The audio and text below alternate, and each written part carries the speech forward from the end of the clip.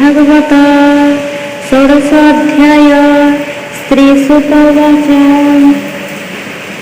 सुत कहन्ति अनुरागे आनन्दे पुमनिंकर आगे स्वभावे अभिमन्यु सुत तेज प्रकाशे परीक्षित ब्राह्मण वाक्य जन्म काले सुमनीय सुमरी हस्तिना मंडले राज्य बोरी राजा जेते सर्वे खटिले पादगते शत्रु को जिणी महातेज भोग करई निज राज्य विराट सुत सुता थिला जेन्हे जे परीक्षित देला अति सुंदर रूप कांति नाम ताहार कलावती ताहार गर्भचारी पुत्र धर्मे संपादी परीक्षित कुमार जन्म जय आदि सकल गुणे से प्रसिद्धि आनंदे राज परीक्षित यज्ञ बरिला पुरोहित गंगार तीरे वेदवादी साधिला तिनि अश्वमेधी दक्षिणा देले मन पुरी दिग विजय विजय करी कली जुग को एक दिने देखिला बेल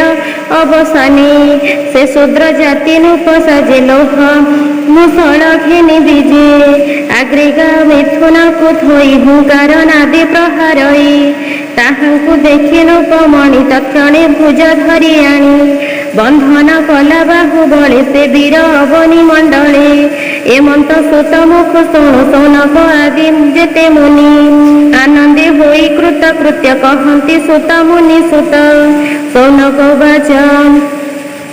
के बण हेतु परीक्षित दिग विजय उपगत कली को धरी बाहु बळे बंधन कला कि चले स्वभावे शूद्र रूप धरी कपटे लोकलिंगकारी पाद प्रहारिला ताहांकु भूसुत कहिबा आंभ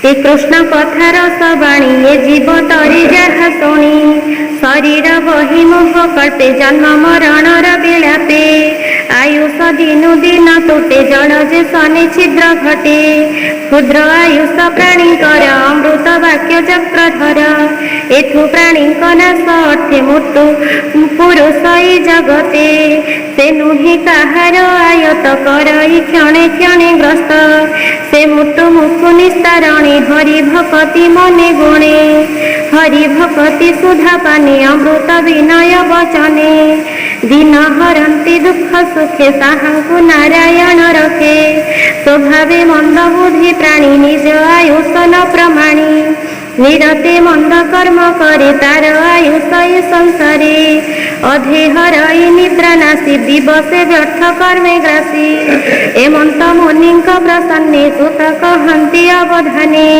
सुत उवाच। से राज ऋषि जेते बेले बसिला हस्तिना मंडले विश्वसी अर्जुनर नाती राजांक मध्य चक्रवर्ती कली प्रवेश कथा शुणी दिग विजय नूपमणि तार समान नूपबरे समर्थ नाहांति समरे उत्तम रथ सज करी रथ जोचिला अश्वचारी समतुरंग घन जब के कहू अश्वंकर भाव अश्वभूषित अलंकारे रवि उदय कि अंबरे रथ उपरे हीरा ध्वज पुरुबाहार महाराज आवृत चतुरंग बड़े पितांकु समबहि तले दिग विजय बाहरिला सबदे भुवन कंपिला सर्वनुपति देश ले पासे मिले उत्तर कुरु देशे भद्राश्रम केतुबाल जिणियते आगेरा उत्तम अधिजिणी सर्वनुपम पुरुष आदि जिणिला सकल संपादी सर्वनुपति जा चरणी धने खटिले दासपणे केते हि नुपतिता संगे कृष्ण चरित वीणा रंगे पूर्व पुरुषंकर बाणी तोते ताहार मुख शुणी आत्मा को रखिले जे मन्ते द्रोणा कुमार शस्त्राघाते कृष्ण पांडव बंधु गणे भक्ति कृष्ण रसे चरणे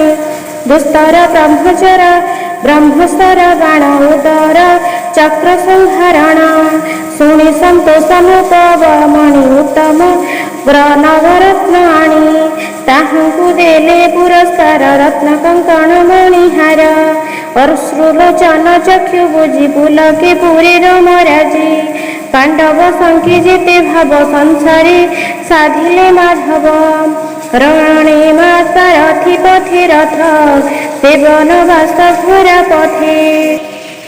ରଣ ଧରି ସଖା ଗଣେ ହସିଲା ରାଜଦୂତ ପଣେ, ଆସନ ଶୟନ ଭୋଜନେ ସ୍ନେହ ବାନ୍ଧବ ବନ୍ଧୁ ଜନେ। ଏ ଆଦି ଯେତେ କର୍ମ କରି ପାଣ୍ଡବ ସଙ୍ଗତେ ବିହରି, ସେ ଭାବ ଘେନି ଦୃଢ଼ ଲଭିଲା କୃଷ୍ଣ ପାଦଗତେ। ପୂର୍ବ ପୁରୁଷଙ୍କର ଧର୍ମ ସାଧିଲା ଅନୁଦିନେ କର୍ମ, ସେ ପୁଣି ନିଜ କର୍ମ ବସେ ଲଭିଲା ଅଳପ ବୟସେ। ତାର ଆଶ୍ଚର୍ଯ୍ୟ କଥା ଶୁଣି ପୁନକ କଥେ ମଞ୍ଜୁବାଣୀ, ଧର୍ମ ଯେ ଏକ ପାଦେ ବିହିତ କ୍ଷଣେ ବିଶ୍ୱରୂପ ବୃଷରୂପ ହୋଇ। ଭୂମିକୁ ଦେଖି ଅନୁରୂପେ ବିଶ୍ୱାସ ମିଳିଲା ସମୀପେ, ସେ ଧନୁ ଅତି ଦୁଃଖେ ଦୁଃଖୀ ଅମୁଧ ବଦନେ ଅସ୍ତ୍ରମୁଖୀ। ତାର ବଦନ ଚାହିଁ ଧୀରେ ଧର୍ମ ବୋଲଇ ପ୍ରିୟ ଘରେ, ଧର୍ମ ବାଜା। हे वसुंधरी सत्य कह तोरा विस्मयी मोर देह, किबा तो नय तोर मन स्वामी बा दूरे प्रवेशिला। तोर शरीर किबा व्याधि श्रवण अंतरे आच्छादी, विशेष वचन तोहर हेनु ए स्वभाव कि तोरा। किबा तोहरा मने व्यथा कि नष्ट अर्थे तोर चिंता, ए बड़ दुखी देखी तते दया बसिला मोर चिते।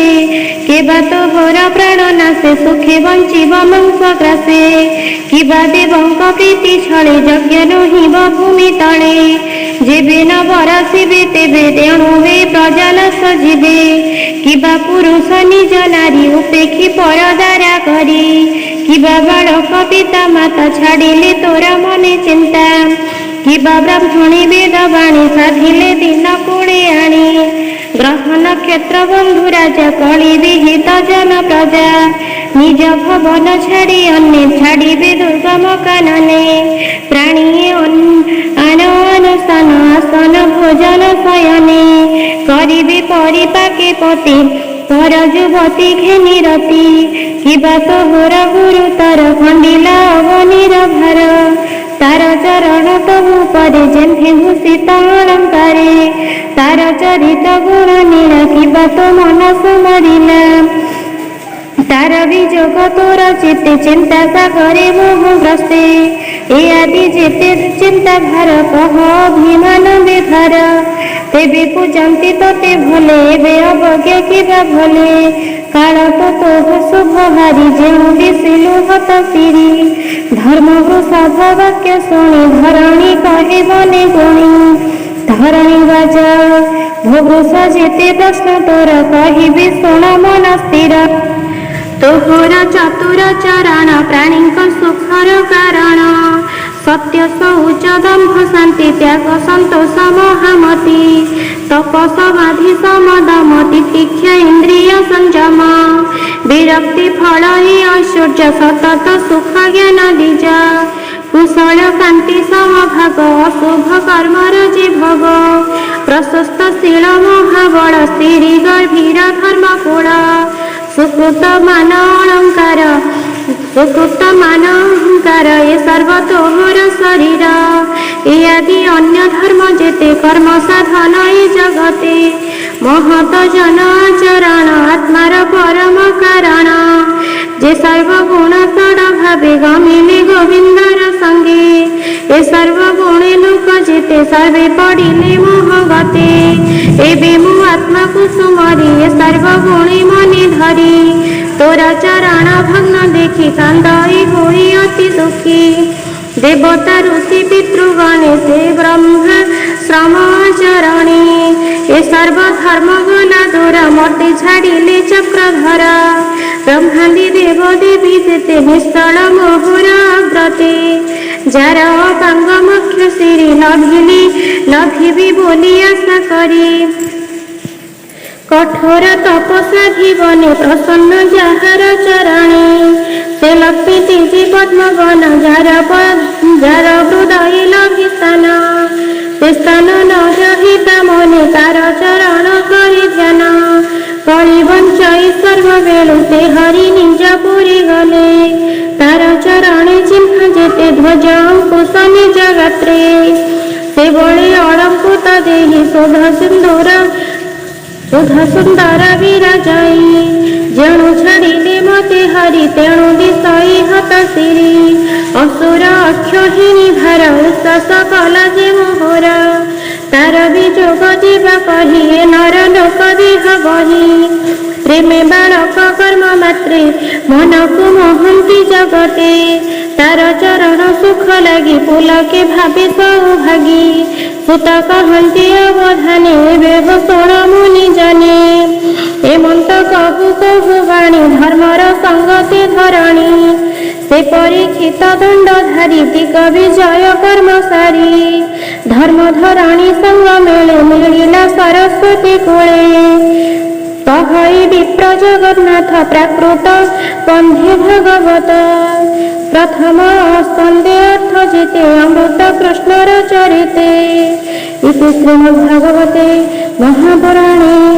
ପରମହଂସେ ସଂହିତାୟାଂ ବୈୟାସିକଂ ପ୍ରଥମ ସ୍କନ୍ଧେ ଧର୍ମପୃଥ୍वी ସମ୍ବାଦୀ ନାମ 16 ଅଧ୍ୟାୟः।